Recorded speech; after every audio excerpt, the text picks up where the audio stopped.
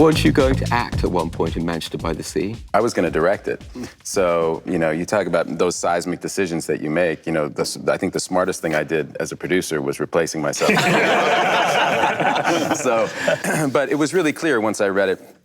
Really, after Chris Moore and I read the first draft of that, which was a long, 150 or so page draft where Kenny was finding it, but everything that's in the movie was in that first draft, and then he took about 30 pages off of it, and it just was clearly a Kenny Lonergan movie, and I just said, look, I'll play the role, and you direct it. So we got it set up at Odd Lot with Gigi Pritzker, and we were going, and then I had The Martian starting. This is a couple years ago with Ridley, and so our pre-production kept collapsing until we were down to like 5 weeks of pre-production. And Chris and I got on the phone and just said, okay, we're kind of officially putting Kenny in a situation where he may not succeed. Like, this isn't cool anymore. And so we punted and we said, all right, well, and I looked at my schedule and my dance card had filled up as an actor, and I said, well, I'm free in 2 years.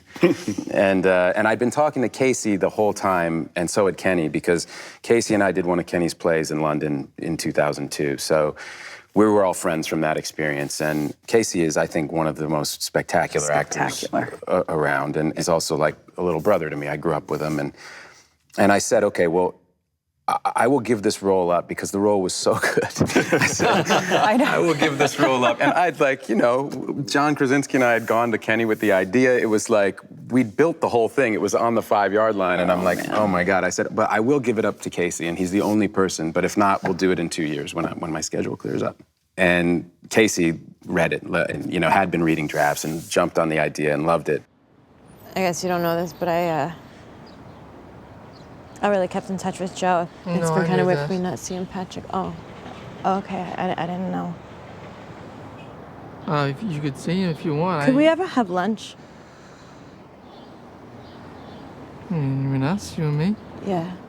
This movie is very difficult in the sense that, you know, it's incredible, but it's about grief, and it's a tiny movie, and we got shut down everywhere until we found this woman named Kimberly Stewart. This is the first movie that she has produced, and she read it, she got it, she understood it, she sat down with Chris and I and said, this is the type of producer I'm gonna be, this is the type of, and she bankrolled the whole thing and came and produced the movie, and it's like, she made a massive bet on her taste. Can you text me her number? Well, everybody believed me. I said to her, I said, your phone's not gonna stop ringing. Because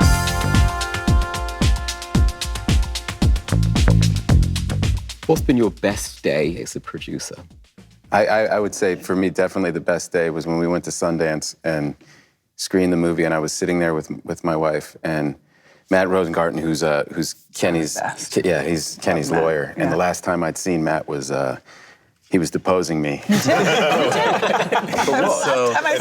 So I'm sitting there, and I'm really excited for Kenny, and I'm really excited for Casey and Michelle Williams and Lucas Hedges, and I'm sitting there, and I'm suddenly aware of this figure looming over me, and I look up, and it's Matt, and he goes, "It is really good to see you here." And I said, "It's really good to see you here."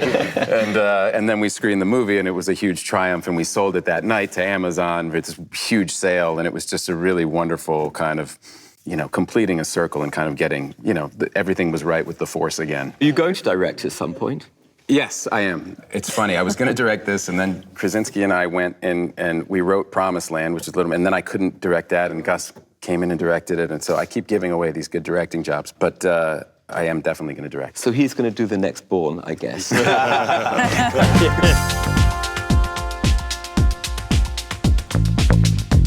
We were way behind schedule on the first Bourne Identity, and, you know, Frank's a director also, so he grabbed a camera and started shooting Clive up on this mountain. You're not supposed to be telling me. No, but I mean, but it's that whole concept of whatever it takes, you know what I mean? Whatever it takes. Like, all right, I'm gonna go, what size are you on? What lens are you on? Okay, we don't have time. I can help you. I can help you, right? I can do this, you know.